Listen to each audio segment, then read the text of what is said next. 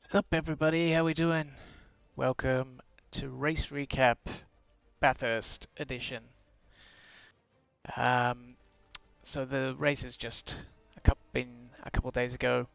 We're here reviewing the strength of field / broadcast race that happens every Saturday at I think it's 10:45 GMT. That's the race where all the big guns come out, and I think this week we had a strength of field of 4,400, so not bad indeed. So let's jump straight into it. We're just gonna review some quali results, and then jump in, review some footage, and have a look at some crashes, have a look at some, some other things, and yeah, see how we go. So first off, the qualifying results. Yuki came in on top. Fantastic lap by Yuki. About a tenth ahead of Eddie. So he put together a great lap. He'd been actually quite fast all week, Yuki. And so I'm glad to see that he put it down when it really counted. Then we had Eddie, Fabio, Jason put in a great lap. He was only 2 and a bit tenths away from pole, and that was position 4. So, 3 tenths covered the top 4. Then Carlos at half a second back, and then myself at a little bit over half a second back. And now this was not good, and I knew this wasn't a good qualifying result. So maybe we'll just jump in and have a look at sort of what happened here. So I think my first lap. So first off, I even though it's 10:45 GMT, here in Australia it's 7:45 AM on a Sunday, so quite early. And to get prepared, I get up at 6 AM because I just want to jump in. I want to grab a coffee, jump in the rig, do a few practice laps, just sort of wake up a bit and get ready. But unfortunately, I was so sick Sunday morning. I spent most of the hour before the race just on the toilet. I'll spare you the details, but it wasn't nice. So I didn't get to put in as many laps beforehand as I'd like. So yeah, I'm preparing you for some excuses. And also, this is my first race all week. So I hadn't done a single race at Bathurst, and this is a real confidence track. So the first lap I wanted to put together just something, to put me on the board. Just a little bit of a banker, as you say. But I ended up leaving, a lot of time on the table. So my first lap was the only lap I qualified with, 1:47.5.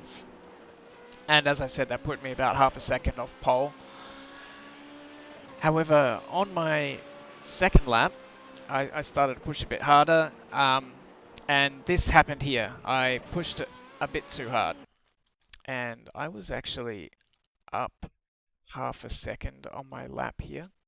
So going into this last corner, I was like, just get it round there, and at this stage, I think I had already seen Yuki had already put in a good enough time for pole.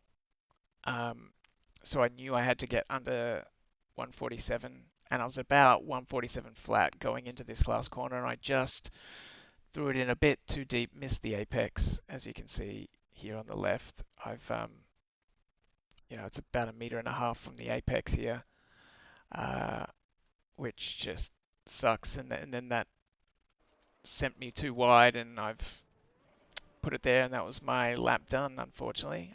Um,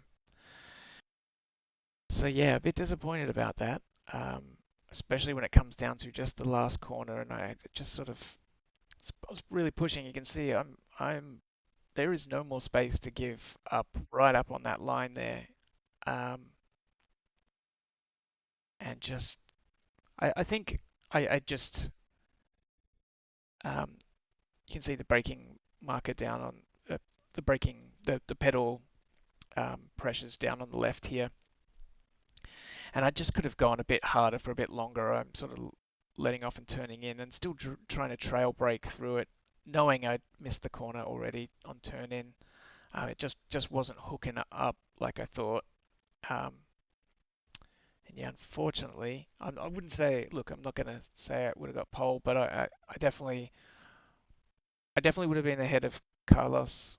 Um, and again, if I had absolutely nailed this corner, then maybe up around maybe Fabio Eddie, I would have had a chance at being around. So unfortunately, as we'll go into, this really defined my race.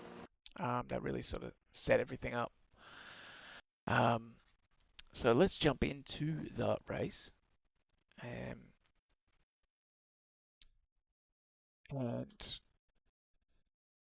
and actually starting here, starting P6, it wasn't going to be bad. This is a real race of attrition here. At Bathurst, the walls are really close across the top of the mountain. Any small mistake, and you're at the top of the mountain, and you're in a wall. And then any small mistake anywhere else, braking too hard, going down into the chase, you you know you're in the grass, and you've lost a lot of time. So pretty much everywhere in this track, as you can see in my last corner, that even just outbraking myself a little bit, I'm on the grass and almost in the wall. So this track, I knew there's a lot of attrition, and that starting P6 wouldn't necessarily mean I couldn't go forward. Um, so I was just about getting some laps in early, um, getting comfortable, and then starting to push. As I said, not a lot of practice in the morning, first race all week. Um, I and as I said, here's a track that comes with confidence. So anyway, um, so that was a mindset before the lights went out, and actually just before the lights went out, this is going to be important. Um, okay, sorry, zoom in a little bit here. Um, what I did notice here on my left is Carlos, and I noticed that he was running medium downforce. And straight up, I'm like, this is bad. It means that he's going to be really sketchy across the top of the mountain. I'm running high downforce and that's where I can put in, make up the difference compared to medium downforce. But because I'm right behind him, I can't make up any time across the top of the mountain, and then he's just going to pull away on the long straights. And then the other thing is, because the medium downforce is so sketchy across the top of the mountain, I don't actually want to be too close to him, because if he loses at any point, then I'm going into him. It's again, across the top of the mountain, the walls are tight. If you go in close and they lose it, then you're done. So right here, I'm like, oh great, this is going to be a difficult race. So I managed to get a pretty good getaway, get alongside. You can't really challenge here around the outside unless you're well ahead, so I just sort of let him go ahead. And right here, I'm just trying to catch the slipstream. I know I'm not going to be able to pull up next to him because he's medium downforce. And here I'm telling actually Jason, who's in front of me, I'm telling Jace, Carlos's medium downforce block the inside, because if he's past Jason, then that's his race done until Carlos makes a mistake, and if Carlos makes a mistake in the wrong spot, then it's taking you out too. So Jace did a great job there of sort of making sure that he had covered. I'll just go back a little bit. He pulled out and made sure he'd covered the inside, and Carlos wasn't able to get around because there was a car on his inside. So anyway, I'm again a little bit mindful here. Don't want to get too close, but I want to stick with him just in case. He's had to lift too much or something, and I can go by. But and you can see there, Carlos just hit the inside of the curb and almost sort of went off. Then he had a bit of a big snap. So this is a spot, especially through here, that it's blind corners. I don't want to get too close in case something happens. But at the same time, now we're going into the spot where the medium downforce has a lot more of an advantage. And you'll see the gap just start to grow. It's at, 3.8, 4/10 now.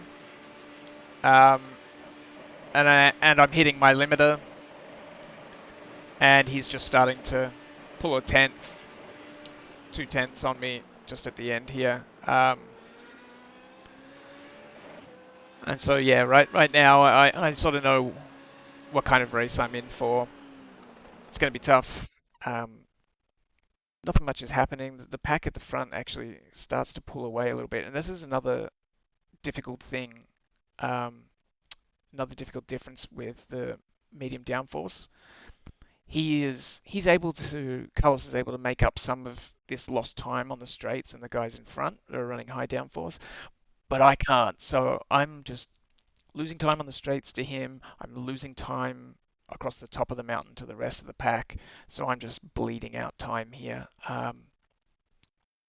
So I sort of knew at this point my chances with the front pack are pretty much gone. I'm sort of going to have to focus through on Carlos, and that the best I could potentially hope for is a P5 if I can get past Carlos at some point. Again, if he makes a mistake somewhere and somebody else makes a mistake, but it's my mindset here. And the team had discussions earlier in the week over whether to run medium or high, and it was almost unanimous that running medium is just a really bad idea here. You just have to be perfect on it every lap. And any little mistake, as I said, has massive consequence. So actually, just go back here. This is another thing that sort of factors into it on this lap. You can see on the left, I think it's Daniel Gallus pulling out of the pits, and he's pulling out of the pits into traffic. Unfortunately, Ed is losing a bit of the toe here because Daniel sort of blocked it off, and Daniel's actually running, by the looks of it, medium downforce too. So probably no wonder he's been in the pits if he's running medium. It's just a really bad idea. If you guys are watching this now, and next season we do Bathurst, don't use medium downforce. I don't think the time is in it. I was faster in high downforce. You have the benefit of being able to maintain position like Carlos has been able to with me, like keep me behind. But he's not being able to make inroads to the guys in front. So would he be faster in high downforce? I think he would have been. And you see him coming up now to Daniel as a back marker, and it's unfortunate timing, but he's able to get by him before the next corner, and yet I'm sort of come up to him right at the worst time. Um, Daniel did well to kind of give me room, but there's a really nasty bump on the exit of this corner here, and I didn't really want to go over it, but I've had to because Daniel's on the outside, so I've taken a tight line, and you can see I'm sort of bumping around and stuff, and it still kind of get pushed wide. Luckily, he sort of had backed off, but I'm thinking now, I've lost even more time um, to Carlos ahead, but I'll just sort of play this through. He's now, what is he, almost 2 seconds ahead of me now. And I'm sort of like, all right, cool. I'll just settle in to do some laps.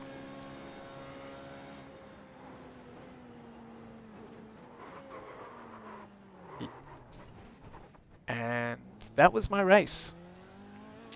So everything I'd worried about pre-race and, not getting too close and all this kind of stuff had just come to fruition right here. So I'll just play this in slow-mo, but there's no, like while I was driving, there was no call on my spotter, so there was no yellow flags, and the reason was I see him just hitting there, and I'm like starting to brake even more, and I'm locking and I'm trying to brake, and here I'm like, oh no, he's going to keep bouncing across the track. I've got to go left. And so this was my mistake just here. I usually in the past I could with crashes you try and aim for where they are and you end up missing them.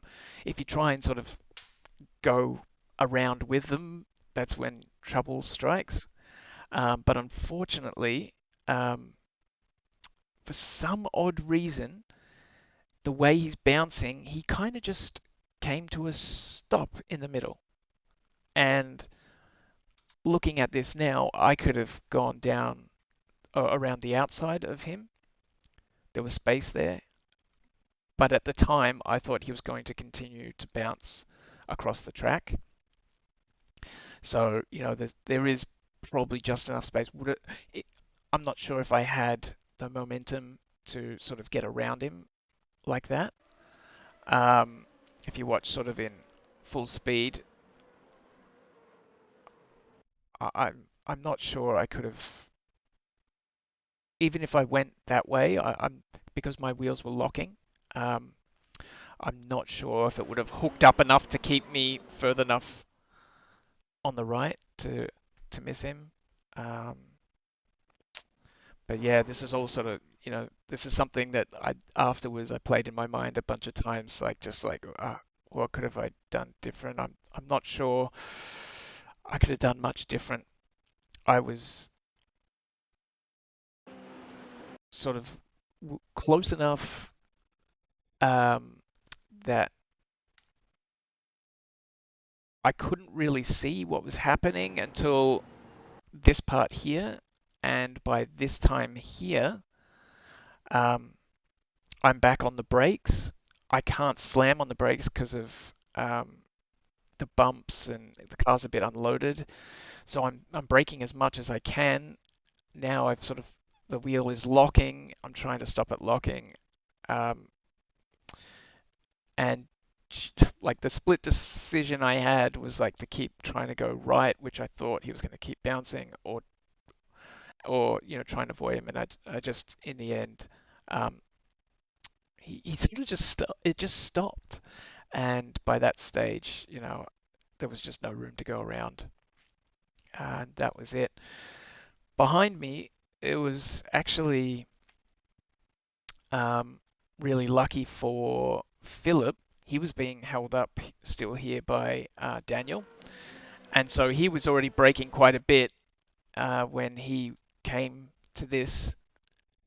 And he sort of had nowhere to go, but luckily I had cleared the path and Carlos was stationary, so he actually made it through cleanly here, and so did um, Daniel as well.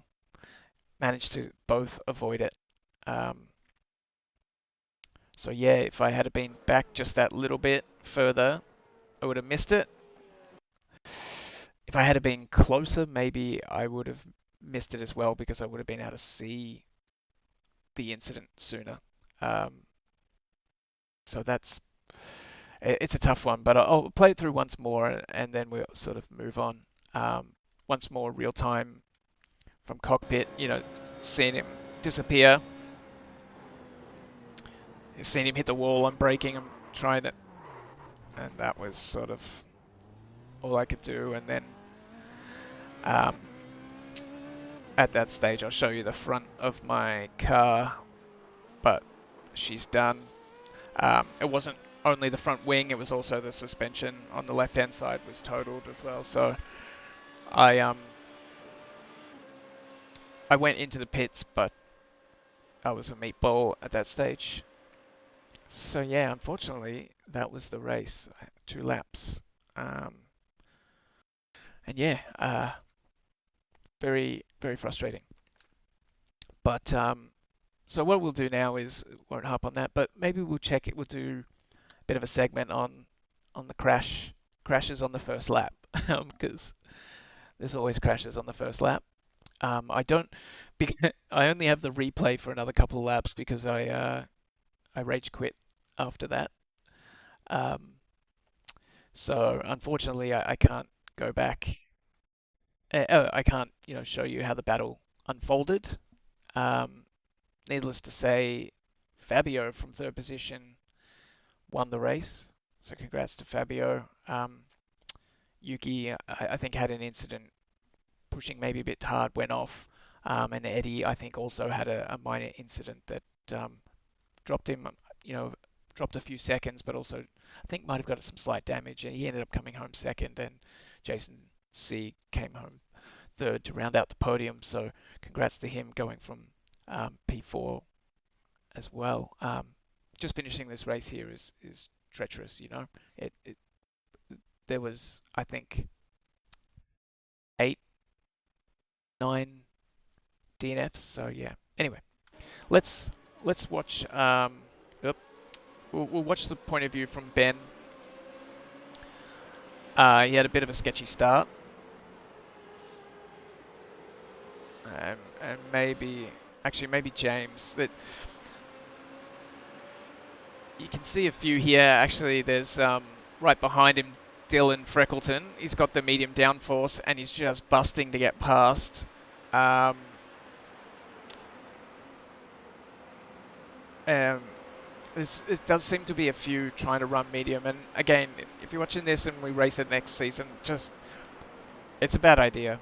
I just do not think it's quicker, and it's also just way more treacherous. But um, I'd be interested to see, actually, I didn't check how many people who ran medium downforce actually finished the race. But we can see here. Um, got Ben Holgo. He's gone in really hot. He's hit he's unfortunately hit the curbing and started a massive pile up here. I'm on board with Midge now, and it's a parking lot, and he's done well to pull it up. But there's someone just flying around behind me. Um, I'll, I'll go back and we'll again maybe watch from an off board or something like that. I'm not sure. Do we get a scenic camera up there? Right, sorry, I'm doing a bit of camera editing on the fly here, um, so we can kind of see the incident from one vantage point, um,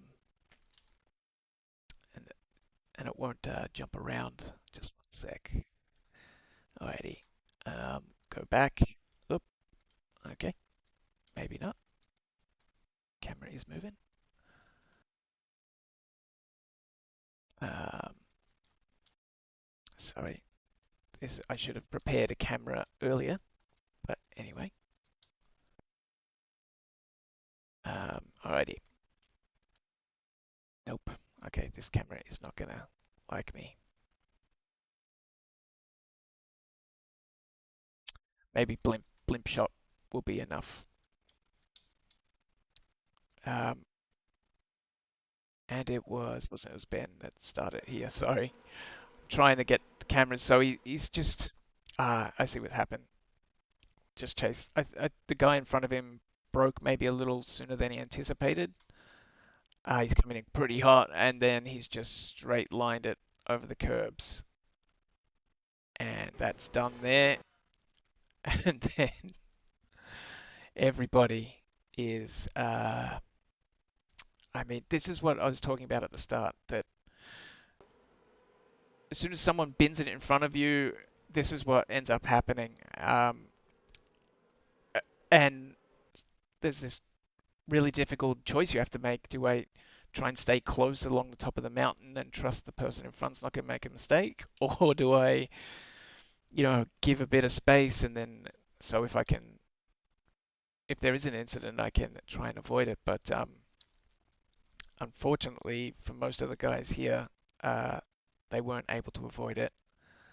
There's someone interesting right at the very end. I think it was Daniel. Uh, he ended up just plowing through. He was there by himself. Oh, and he came on it, and he could he just oh dear, oh dear. I mean, yeah, the amount of times this happens at this track is, I mean, almost every time um, this happens on the first lap or a few laps into it. Ben should have been a little bit more. It was always dicing with death being this close to somebody. Um, Especially there's like again, there's bits of bumps and stuff on the inside here that it's a bit dangerous if you try and hook up. And yeah, I mean, he knows at this point things are not going to go well, right, completely right in the curb. Um, so yeah, I would say next time, Ben, just give give a car length more, maybe in front, take a more ideal line. And the ideal line is starting from, further out on the left. Um, you want to be out actually where Lewis is in front, um, and sort of cutting in across, and then sort of putting your left hand wheels on the curbing, or maybe just show maybe Eddie or um, Yuki probably will show us what it's like. Yeah, go right out to the left, cut in on the right, a little bit of curb on the inside, and yeah, I mean Yuki nailed it there. That's absolutely perfect how he drove that. Um, just showing from on board there. It's hectic. It's a roller coaster, but that was absolutely perfect from Yuki. Um, so yeah, but getting offline here does lead to incidents, unfortunately. And, and and Ben should have been further across, but he's just muffed it, and that's all it was there. And yeah, there's not much else the guys directly behind could have done to avoid it. Um, Midge did well to avoid everything here. He did actually very well to avoid it.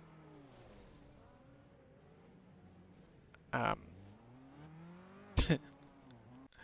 I think Dylan's just doing the old reverse-a-roo.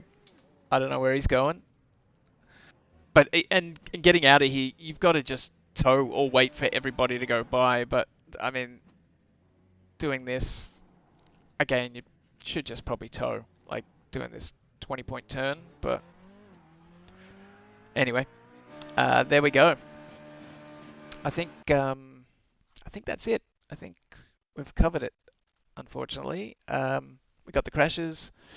My race didn't go so well. But yeah, the team came home second, third, and I think Midge in the top 10 as well. So congrats to the Downforce Racing crew. Um, Next week, this week, we're in Silverstone. I I'm not the biggest fan of this track. I think it's a little boring. But I'll be streaming this week on Australian Saturday. So Friday around I don't know what it is, 11:45 GMT. Um, Friday, which is 9:45 a.m. Saturday Australian time. I was away last weekend, so I didn't get to stream. Um, but back this week and hopefully pick up some pieces. It's not my strongest track, Silverstone. Um, but again, the aim is always top five, top six. I think should be the aim. I'm actually running third in the championship now. Just switch across to the championship results. So it's Eddie, Jason, and myself. I'm pretty close to Jason on points, so it's going to be between us till the end there. So um, yeah, so thanks everyone for tuning in. I'm going to continue to do these race recaps every week if I finish or if I don't, and hopefully try and put together some more interesting segments and maybe try and get someone else to interview that from the race, someone else that doesn't normally get an interview in the broadcast race. So hopefully we'll start putting that together for next week. But anyway, hope you enjoyed it. Hope there was some insight there. Hope if there wasn't, let me know in the comments, and if there's anything else you want me to talk about related to the series, the race strategies, or I won't probably talk setup because I'm not the best at setup and I don't know the technical side of things so much. I just tweak until it feels good. But anything else I can help with or let you know. So but until Saturday, take care and party on, and I'll catch you then. Peace.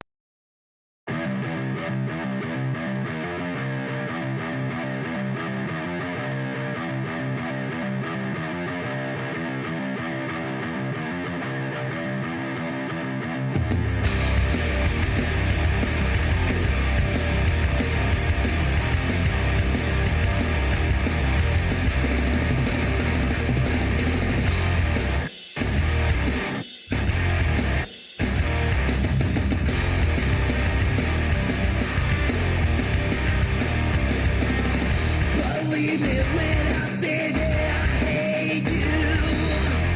I loved you once, but I can't take the abuse. We spread our words with all grievous intent. There's no wonder why we're so discontent. Dive head onto him and all. Whoa, yeah, strong. I tell you to go to hell. Yeah, yeah. I think you already did. Yeah, I just need some time to clear my head. But you insist that we should talk instead. No matter how pretty I think you are, this jealousy has gone way too far.